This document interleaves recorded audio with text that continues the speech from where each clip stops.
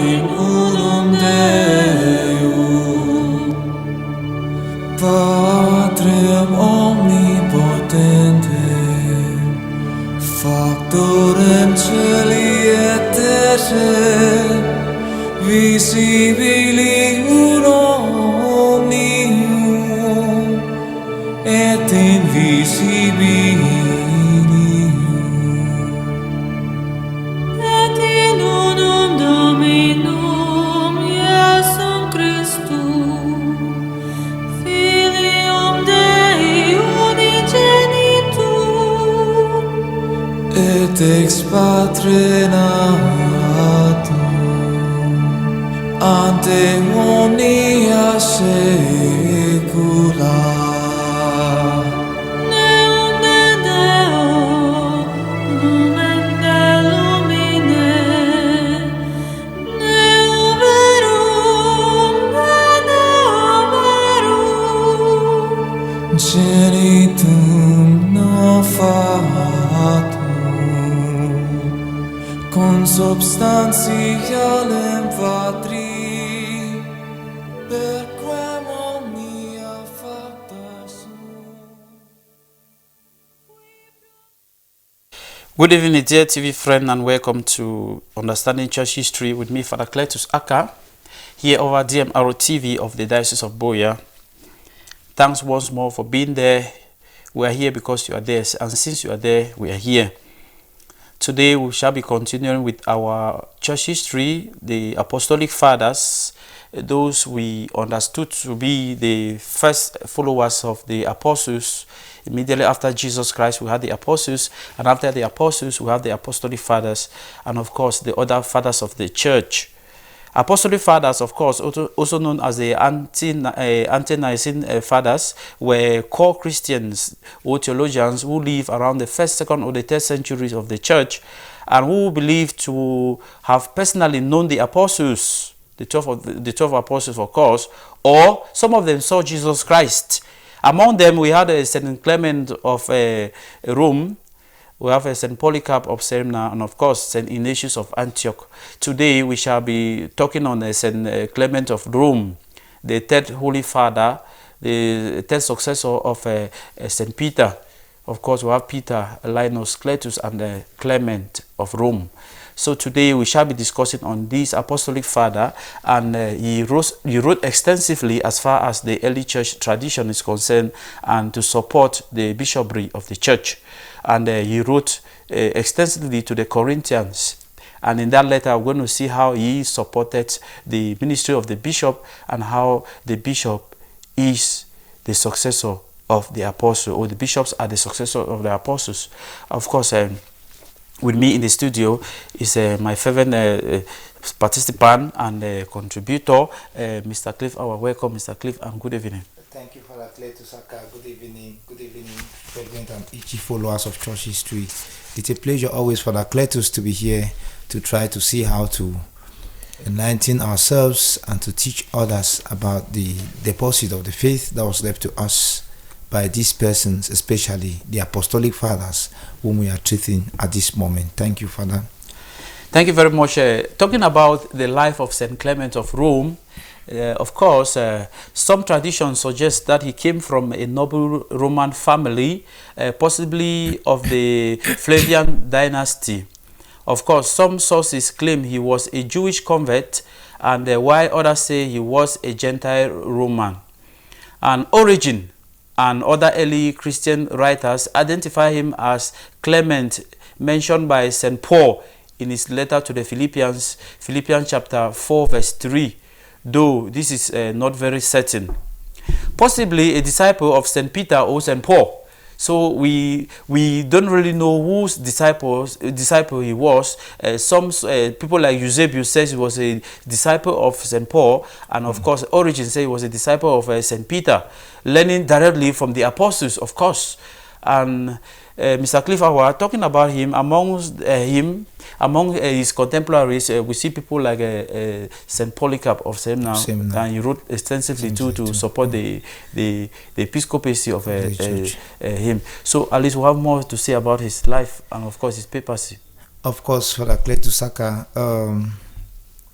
like you rightly mentioned, Saint Clement of Rome was among the early Christian leaders who played significant role in the development of the early church. He's also known as Clement the First, and like you rightly mentioned, he came from a very prominent family, and his father, to be precise, was Faustinus, and he was of Roman birth, born in Rome, and served as the third bishop of Rome around AD 88 to AD 99, like you rightly mentioned, and he was of Jewish extraction, where he told himself he was of the race of Jacob. He was converted to the faith by Saint Peter or Saint Paul, like you also mentioned. It is not really certain, it's not exact whose follower he was, and he was so constant in attendance on these apostles, helping them out on their missionary assignment. And that Saint Jerome confirms that other fathers call him an apostolic man. So he's considered to be one of those apostolic fathers, and he wrote extensively too in his days. What of the fact is that much is not known about his early days while he was growing up, but these records could easily be traced from when he saw the apostles and then took after them. And of course, after the martyrdom of Saints Peter and Paul, like Father Cletus already mentioned, Saint Linus was appointed Bishop of Rome, and after 11 years he was succeeded by Saint Anacletus or Cletus, and then upon his demise in 1889 or 1891, he was Saint Clement was placed in the apostolic chair. Tertullian tells us that Saint Peter ordained him bishop. Yes, Tertullian ordained him bishop, and we cannot doubt this because there are historical facts that are there. And of course, he is Pope, and he was martyred, as we are going to see that. And the Catholic Church, just like the Eastern Church, they celebrate him every 23rd of November each year, Father Cletus. I think that is a little we have to add to the life of Saint Clement of Rome, or Saint Clement the First. Yeah, thank you very much. Again, more is to be known about this wonderful church father, apostolic father. Of course, he became the third bishop of Rome, as you earlier mentioned, after Saint Peter, followed by Saint Linus and Cletus, or Anacletus. And Eusebius of Caesarea says, and Saint Irenaeus of Lyon confirm his position as the third bishop of Rome. Yes, and of course he served as bishop of Rome from 88 to 99 AD, and though some sources suggest earlier date, yes, but it should be noted that he was the third bishop of Rome, and of course he was ordained by Saint Peter himself. And of course, he's the third successor of Saint Peter. So I just wonder if he was ordained by Peter, where was his own seal as a bishop? I don't know, maybe he had a cathedral in Rome, which was not the cathedral of the Holy Father. Many people believe that the cathedral of the Holy Father is St. Peter's Square. It's not. It's St. John Lateran. St. John Lateran is the basilica, is the cathedral of course, of the Bishop of Rome. Remember, during these Stations of the Cross, before we always end, we say, let us pray for the Bishop of Rome, or the Vicar of Christ, or the servant of the servants of God. Yes, those are various titles. The Holy Father has almost is having almost about 15 titles, as seen in canon law. Yeah, has so many titles: servant of the servants of God, the Vicar of Christ, the Bishop of Rome, Pope, His Holiness, and so on and so forth.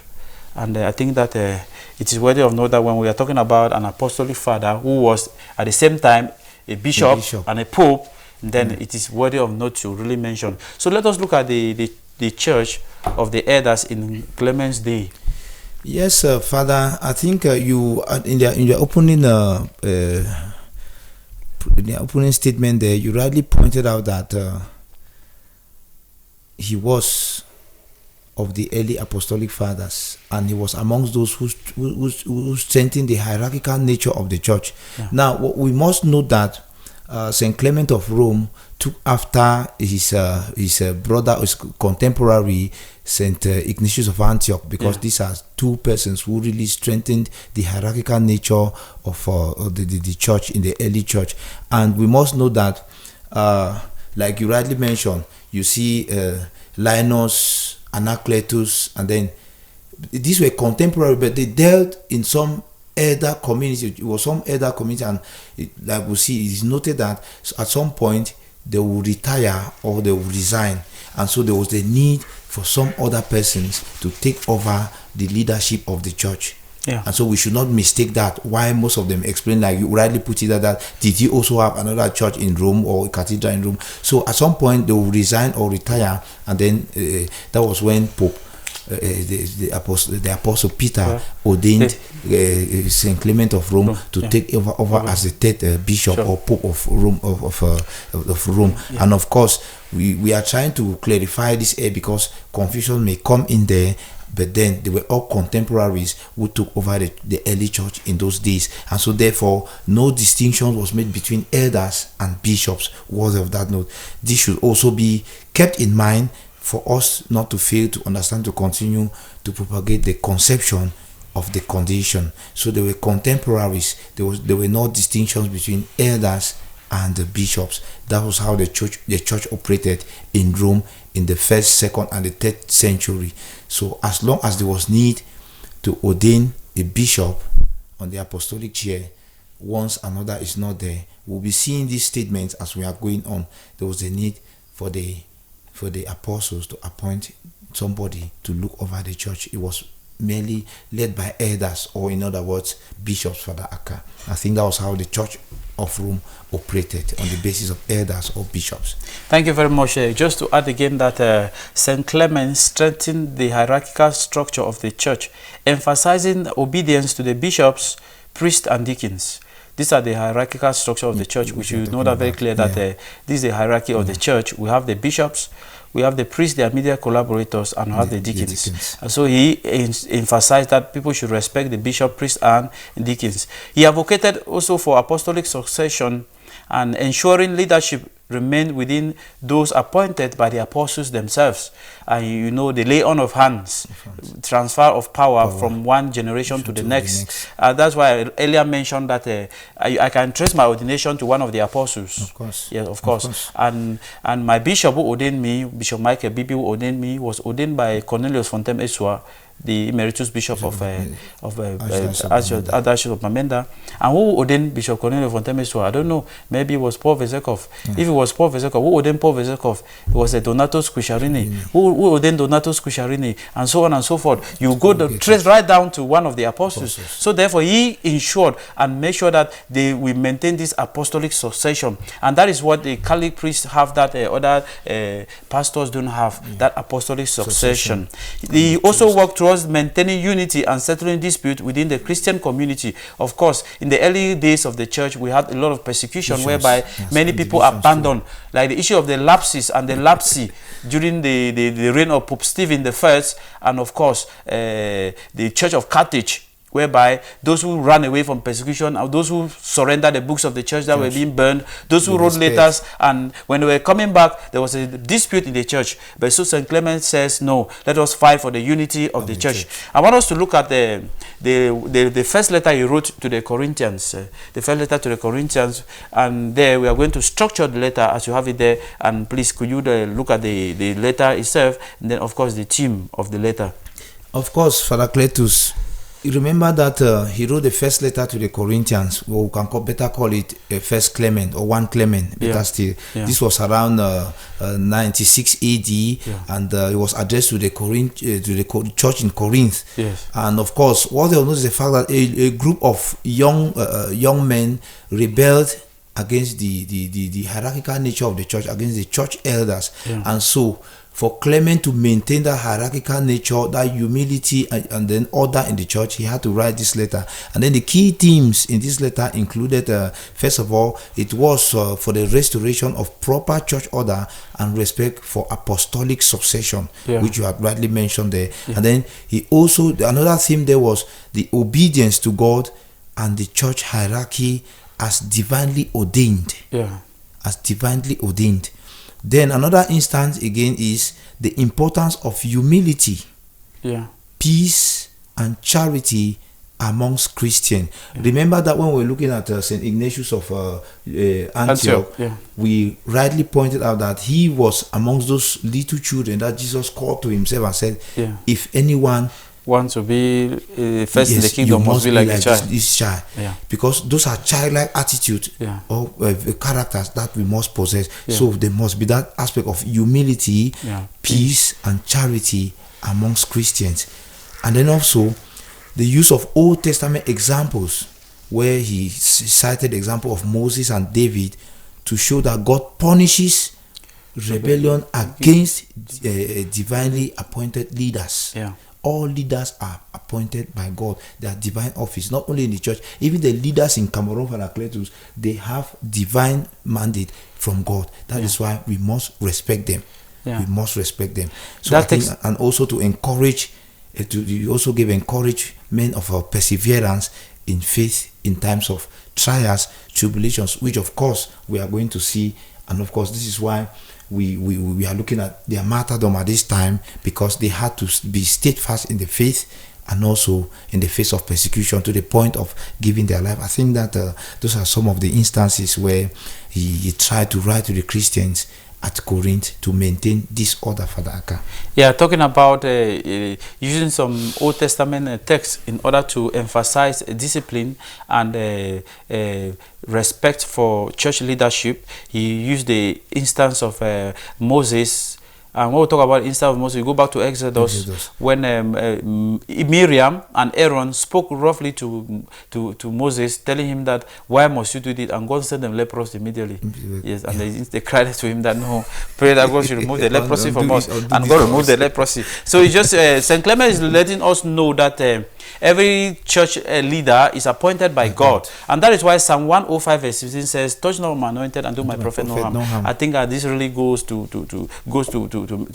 confirm what St. Clement is talking about. Talking about the significance of this letter, we see that one of the earliest surviving Christian writings outside the New Testament is this first letter of St. Clement to the Rome, to the church in the Corinth, sorry. And is considered by so many early church fathers and writers to be a scripture. Of course. Yeah, because he has a lot of theological in-depth meaning as far as Christian living is concerned. And Eusebius, of course, mentions that First Clement was widely read in the early church. Yeah, no, Eusebius of Caesarea is one of the early church fathers that I revere so much. In his book, Ecclesiastical History, he explained this so well. Yeah. So, as far as Eusebius' account of Clement is concerned, Eusebius tells us that in his work, Ecclesiastical History, he says in chapter 4, book 3, chapter 4, and chapter 15, Eusebius states, Clement was the third successor of St. Peter. He was appointed by the apostles themselves and their immediate successors. His letter to the Corinthians was considered authoritative in the early church. Eusebius notes that some claim Clement wrote other epistles, but only First Clement is universally accepted by the church. Kindness, could you please give us a short history of St. Clement, short video of St. Clement? I want to tell our viewers that please do not call. Many people are calling, do not call us. You can send us a text message using the number there on your screen. Either you send us this text message via WhatsApp or normal text message using that number there on your screen to send in your contributions, of course. So, Kindness, could you please give us the video there we have about St. Clement of Rome? Clement of Rome was a bishop in Rome about AD 95 to 100. He wrote two works, First Clement and Second Clement. The pre-Nicene writers wrote that Clement was an associate of Paul. In fact, Paul mentions Clement by name in Philippians 4:3. Paul wrote, I urge Euodia and I urge Syntyche to agree in the Lord. Help these women who have contended for the gospel at my side, along with Clement and the rest of my co-workers whose names are in the book of life. How likely is it that this Clement is the same Clement of Rome? It is extremely likely. Origen wrote, Paul bears witness when he says, with Clement also, and the others, my fellow laborers, whose names are in the book of life. Tertullian wrote that Peter helped ordain Clement as a presbyter in Rome. For this is the manner in which the apostolic churches transmit their registers of apostolic succession, as the church in Smyrna, which records that Polycarp was placed therein by John, as also the church of Rome, which makes Clement to have been ordained in like manner by Peter. Clement died about AD 101, about the same time as the Apostle John, while Clement was in Greece. He may have been visiting the Corinthians at that time. About Clement of Rome, pre-Nicene Christians said, "And what are the deacons but imitators of the angelic powers, fulfilling a pure and blameless ministry unto them, as the holy Stephen did to the blessed James, Timothy and Linus to Paul, and Cletus and Clement to Peter." This man, Clement, as he had seen the blessed apostles and had been conversant with them, might be said to have the preaching of the apostles still echoing in his ears, and their traditions before his eyes. Nor was he alone, for there were many still remaining who had received instructions from the apostles. In the time of this Clement, no small dissension having occurred among the brethren at Corinth, the church in Rome dispatched a most powerful letter to the Corinthians, exhorting them to peace, renewing their faith, and declaring the tradition which it had lately received from the apostles. "The greater he seems to be, the more humble he should be," says Clement in the epistle to the Corinthians. After the times of the apostles, the church in Corinth had a problem. Various Christians had removed the overseers whom the apostles had appointed and appointed their own. The ousted overseers and loyal Christians wrote a letter to the church in Rome asking for advice. The church leaders at Rome, who included Clement, wrote their letter to Corinth, which is called 1 Clement. Clement of Alexandria and Irenaeus both believed 1 Clement to be inspired. No pre-Nicene writer opposed its inspiration. 1 and 2 Clement were two of four works that were considered by many in the pre-Nicene church to be inspired. But later, after lengthy discussions, the majority of the church throughout the world viewed these works as honorable documents. Thank you very much, Mr. Cliff. You see how the church in Corinth was very stubborn. We had stubborn Christians at Corinth at that time. And you see, he had to write the first letter to address that particular issue of schism, separation. And it's not very uncommon in a time that people will refuse. Like in Nigeria, a bishop was appointed and the people refused that. They don't want the bishop. Yes, so it's not a new thing in the life of the church. Of course, in the early days of the church, you see people refusing leaders. So let us dive straight away to his martyrdom, how he died, and of course that will be under Emperor Trajan. Yes, Father. What they have noticed is the fact that there are two accounts of his martyrdom, Father. Yes, that he died a natural death, or that he was tied on an anchor and then thrown into the sea. Yeah. But either ways, all of them are true. Yeah. Because we have said that when it was time for him to begin his work, the prefect Mamertinus sent a formal report to the Emperor Trajan concerning the blessed Clement, saying that the people keep demanding for the presence of Clement and that there is no credible proof against him. Yeah. Now, what the Emperor Trajan replied was that they will force Clement to make a sacrifice, or he will, that is to make a sacrifice to their pagan god, or he will be exiled. But then Clement went on, and of course, when Trajan ratified his ordinance, Mamertinus considered how Clement might, instead of the option of taking a voluntary exile, he will instead want to make that sacrifice and then stay in the land. But then it did not work that way. The blessed Clement endeavored to bring even the mind of the judge himself to the faith in Christ, and to show that for himself he preferred exile rather than being cowed of fear. Now, the Lord gave Clement to the prefect of Mamertinus, and he lamented and said, "The God to whom you are so single-mindedly devoted will come to your aid in this sentence of exile. And so he went aside, loaded the ship with all that Clement needed in this exile, and then put him in that ship. And then other responsible pious men too and women were also included. When this news reached and then spread about the area, the whole province rushed to see, and all those who came to hear Clement's teaching were converted to the Lord. So we put it as record hold that 5,000 or 500 were living as baptized Christians. Within a year, 75 churches were established there by the faithful. All the idols were shattered, all the temples of the surrounding region were destroyed, and all the sacred groves within a radius of 30 miles were cut down and brought to the ground.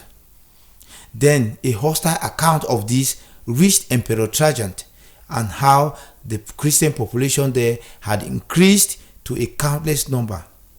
The military commander Ophidianus was sent by him, and he killed most of the Christians with a variety of torture. Remember, this martyrdom father is always coming with torture. And then when he saw that he had killed most of these Christians, and then it was only Saint Clement who was remaining, he forced him to give up and to begin trying to force him to make a sacrifice to the pagan god or to the idol. When he saw that Clement was so firm in the Lord and totally unwilling to change his mind, he said to the executioner, "Take him and transport him to the middle of the sea. Tie an iron anchor firmly to his neck and throw him to the depths, so that the Christians cannot retrieve his body and worship him instead of God." When this had been done, the full multitude of Christians stood by the sea father and wept aloud. Faced with this, Cornelius and Phoebus, his disciples, said, "Let us all pray with one accord that the Lord may show us the relics of his martyr." When the people were praying, the sea was drawn back into a unique deep hollow of about 3 miles in dimension. When the people went across the dry land, they found a building made ready by God in the form of marble temple, and there the body of Holy Clement was lying, and the anchor with which he had been thrown overboard was there next to him. Worthy of note is the fact that it was revealed to his disciples that they should not remove his relics from that place. It was also revealed to them that each year, on the day of his martyrdom, the sea would draw back for 7 days and give dry passage to those who will come there. And of course, it pleased the Lord that this should happen to the glory of his name. Up to our own day, when this happened, all the people in the surrounding area trusted in Christ, Father Cletus. There, no Gentile, no Jew, and certainly no heretic is found, for there very many blessings are experienced. So that is a long but short summary of how Saint Clement of Rome met his martyrdom. After his exile, he went to the seaside, and then Christianity instead blossomed. When the news reached Emperor Trajan, he called for his guard to deal with him, and of course an iron anchor was tied around his neck, and then he was thrown into the sea, where he died and gave up his life. And we'll always say martyrdom is faith made visible in times of persecution. This Saint Clement of Rome proved, and those other Christians who also gave their lives in the course of being steadfast in the faith which Christ has established through the early apostles, Father Cletus. Thank you very much. That is a wonderful summary of the martyrdom of St. Clement of Rome. Let me just briefly give the account of Eusebius, the historian. Eusebius says Emperor Trajan, 98 to 117 AD, began a new wave of persecution against the Christians. Of course, Clement was arrested and exiled to Crimean Peninsula for refusing to renounce his faith. according to Eusebius the historian, forced into hard labor in stone quarries along with other Christian prisoners, and seeing the prisoners suffering from thirst, Clement prayed for help, that God should give them some water to drink.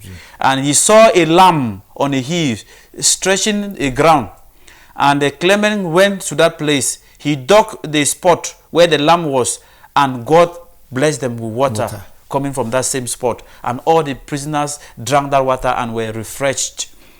This led to the conversions of so many prisoners who drank that water. Look at a man who was on the road to martyrdom, still helping people. I just wondered how the men of the early church used to have faith. I remember while we were doing patristics, the father who taught us, Father Charles Senka, he told us that we can never believe more than the apostles. Of course. And it's true, there is nobody who can believe more than the apostles. Nobody. Because the apostles saw everything, they lived everything, and they experienced everything. We are just trying to emulate the apostles. We cannot believe more than the apostles because they saw everything. And the immediate successors of the apostles, being the apostolic fathers, they saw everything too. Again, Eusebius continues that his missionary activity angered the Roman authorities because he was a man of God, and he preached, especially the letters to the Corinthians, ordered to be executed by drowning in the Black Sea, tied on an anchor and thrown into the sea to ensure his body will never be recovered. And that is how he died in the sea. And that is why he is revered as patron saint of these people, the marines. Those who walk in the sea. And of course, let us see how his relics was discovered, and it was brought back to the early church at Mr. Cliff Hour. Yes, Father, like we already established, we saw that those who were there, his followers, they prayed, especially Cornelius and the other, they prayed, and then at some point there was that recovery of his relics. Now, legends hold that the sea resided once a year, like we have already said, revealing a miraculous shrine that contained his body, which we have already seen. In the 9th century, Saint Cyril and Methodius discovered his relics and brought it back to Rome. Yeah.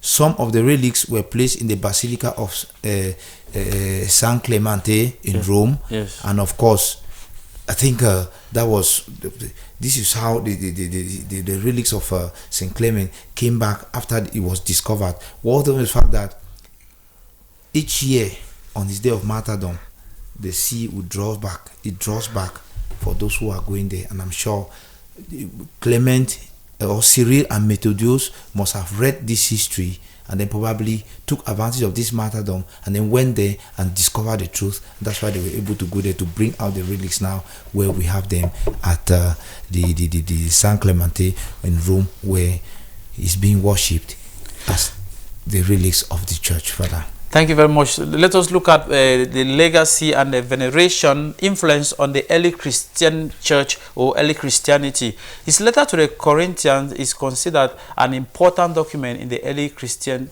community. Of course, as I mentioned already, that letter is full of theological insight, whereby first and foremost he dealt with the issue of the authority of the church and the apostolic succession.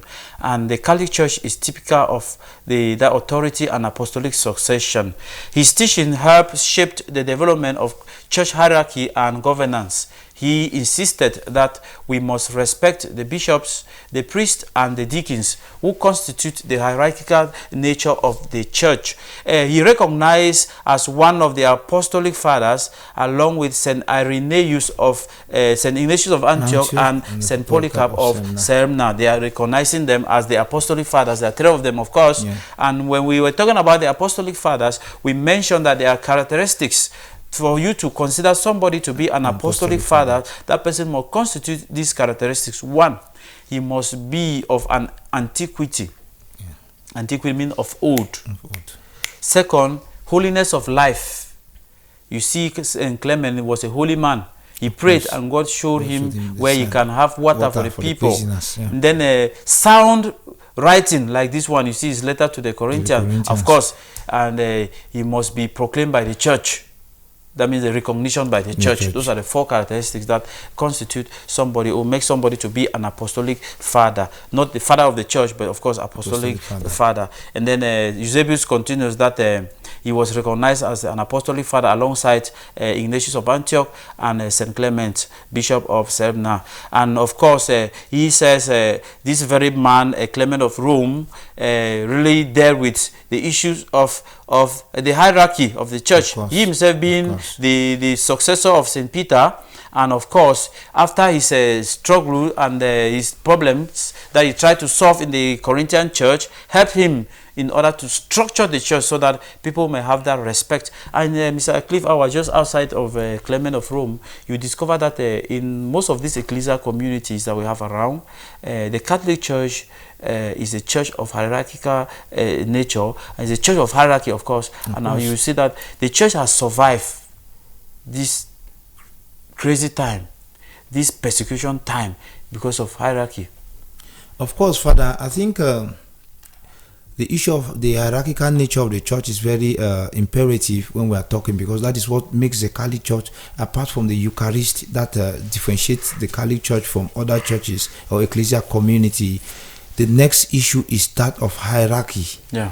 And of course, when we go back to one of the books written by Edgar Godspeed, the Apostolic Fathers, the apostles appointed the first fruits, having proved them by the Spirit to be bishops and deacons of them that should believe. Yeah.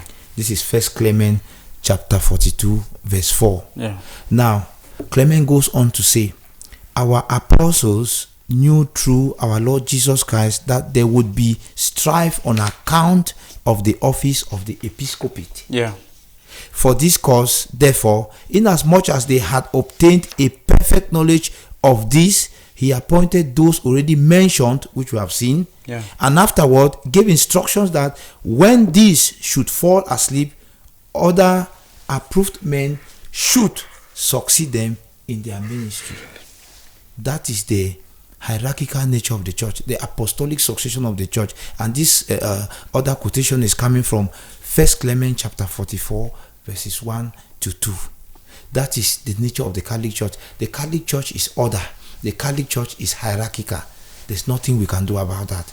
It's either you respect it or you leave it. They will not force you to do it. So I think that any place where there's no order to follow, then that place must be in chaos. That is why I think I also followed when the program that just passed here a few minutes ago, that mechanics, when their garage is no longer functioning further, they cross over to Nigeria and then come and establish their own church and begin to say they are men of God. Yeah, even within them, you see somebody who is walking behind the pastor, the next moment he boycotts from that church and then goes to open his own church because he doesn't want to be under any authority. Yeah. But that is not so in the Catholic Church. If you do that, then you are fired, because the church is order, and order is the nature of the Catholic Church, Father Cletus. Thank you very much. And that's why I remember why I was teaching the catechumen this week. I told them that the Catholic Church is the only church that teach people doctrine for 3 years before baptizing you. You just leave here and go to any other ecclesial community, they will just instruct you for 2 minutes and take you to a river and baptize you. So let us talk about the feast days and patronage. Of course, the feast day of St. Clement is on November 23, both in the Western and the Eastern Church. And he is venerated as the patron of mariners due to his death by drowning in the sea. So all the mariners you have as your patron saint, St. Clement of Rome. He's also the patron saint of the stone cutters. These stone cutters, these people who work in quarries. Yes, quarries, yes, due to his labor in the quarries. And of course, sick children also, he is their patron saint. And then artistic depictions have him as often shown with an anchor, symbolizing his martyrdom, and sometimes depicting him holding a book or a scroll representing his writings. And St. Eusebius will summarize the life of St. Clement in this word. Clement was ordained by the apostles or their immediate successors. His letter to the Corinthians was widely read and considered important in the early church. He helped establish the authority of bishops and apostolic succession. His martyrdom was known to early Christians, though details varied in different accounts. But the issue is that he died as a martyr, either being drowned in the sea, or was thrown to the beast, or was pulled on a horse, or is that he died as a martyr. And of course, your last words, Mr. Cliff Hour, before we go. Yes, Father. I think this man is a great man of faith, and we can still remember him in the 21st century. Yes, because he continues to bring unity, obedience to authority, and the importance of tradition, which continue to remain relevant in the church. And in one of his words, I will read as it is: "We must," says Clement of Rome, "look upon all the things of this world as none of us, and not desire them. This world and that to come are two enemies. We cannot, therefore, be friends to both, but we must resolve which we would forsake and which we would enjoy. And we think that it is better to hate the present things as little, short-lived, and corruptible, and to love those which are to come, which are truly good and incorruptible." I think that, Father, this quote by Clement of Rome is what I just have to say it out there to everybody, that the world we are living in, some people think that it is the best place, but these are people who have experienced it, and of course they wrote because they had that direct contact from those who saw Jesus and what Jesus handed on to them, to know that, like we always say, this world is not ours, but the eternal kingdom that is to come. Thank you very much, Father Cletus, for this opportunity. And of course, I've been blessed, I've been enlightened to have partaken in this beautiful conversation on the life of St. Clement of Rome. Thank you, dear TV friend. If you're just tuning in, we're on to the program Understanding Church History, and today we were talking on the life of St. Clement of Rome, the third successor of St. Peter. As a way of conclusion, St. Peter of Rome is one of the most significant early church leaders. His letter to the Corinthians remains a fundamental Christian document, emphasizing unity, obedience, and apostolic authority. His martyrdom and miraculous legend further cemented his place as a revered among the saints in the early tradition of the church. His memory continues to inspire Christians today. Would you like more details about him? You go and search about St. Clement of Rome. But I think we have exhausted nearly everything about him. And of course, I remember, Mr. Clifford, while I was in Theology 1, during our patristic classes, I was asked to summarize the first 3 chapters of the letter of St. Clement to the Corinthians. I still have it in my machine. I summarized it and did a presentation in class. Okay. It's a powerful and a very deep letter as far as the church hierarchical structure is concerned, and the church's unity. Of course, St. Clement did a lot in order to foster that unity that we celebrate today and that we enjoy today in the life of the church. So, dear TV friend, thank you so much for being there. Thank you so much for choosing DMRO TV as your best station, and I bet you there are more beautiful programs coming up over DMRO TV here in the Diocese of Boya. Thank you so much, station manager. Thank you so much, Director of Communication, the Diocese of Boya. Thank you so much, very much, kindness, for making it possible for us to have this image of today. And dear TV friend, it is here that we come to the close of our program. Remember, next week, Tuesday, we shall continue with our Understanding Church History, and we shall move on to the next church fathers or mothers. Next week, we are going to talk about the martyrdom of St. Perpetua and Felicitas, and it's going to be a wonderful rundown of that program, because those are 2 ladies, 2 women who died because of Christ, and the way they died, it is very frightful, and it shows a lot of faith that they had in God, they had in Jesus Christ. And why not? When we give out the life of the saints to us, it's for us to emulate them and see how we can better plan for our own death, and of course to bring us closer to the early church, and to make us believe more in God, and to believe and to know that heaven is real. Many people believe that we live in the world of fiction. We live in the world of forms, as explained by the Plato. We live in the man in the cave, Yes, the allegory of the cave. allegory Those of who the were in the cave, they saw shadows, and they believed that those were men. And when they came out of the cave, they escaped out of the cave. When they break the chain and came out of the cave, they saw the real men and say, "Hey, so we live in the world of shadows." And that's So the we power now, of education. yes, that's the power of education. We are living the world of shadows. The real world is in heaven. And that was St. Augustine will talk in the Civitate Dei, the city of God. City of God. That we in the Civitate Terrena, the city of man, we are living in mere emptiness and pain, triviality. But in the city of God, that is where you have the fullness of life, where we shall enter God, and God will enter us. We call that the beatific vision. Mission. Where there will be no hunger, no thirst, no stranger, no sick person, no visitor, no prisoner. Like Matthew will tell us, the last judgment. Yeah, the Matthew 6 chapter questions that I told the 25. people. Matthew chapter Yeah, he gave us 25. 6 questions. Those 6 questions already, Matthew gives us that if you that is already cartouche. Yeah, so the lives of the saints, it helps us to answer those questions that Matthew is giving. When I was hungry, you gave me food. I was thirsty, you gave me drink. A stranger, you gave me, you welcomed me. In prison, you visited me. And naked, you clothed me. And those are the questions that Jesus will ask you at the parousia. So everybody should go to heaven, of course, because we have the questions already. So thank you so much, dear TV friend. Thank you very much for being there. And always choose DMRO TV, because it's one of the best TV stations we have there to enlighten us, to make us have that wholeness. And of course, the last thing, when Clopas left after the crucifixion of Jesus Christ, was going back home with his friend, and they were talking on the way that we knew that Jesus was a man who came to free us. What's happening?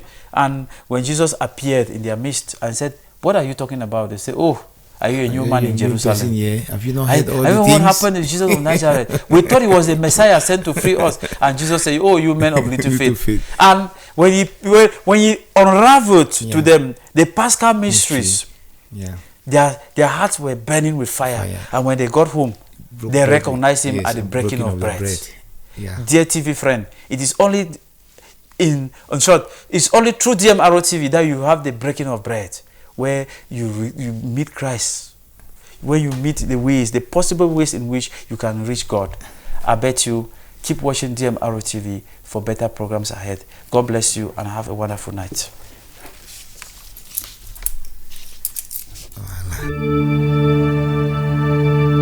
Credo in unum Deum, Patrem omnipotentem, Factorem celi et terrae, visibili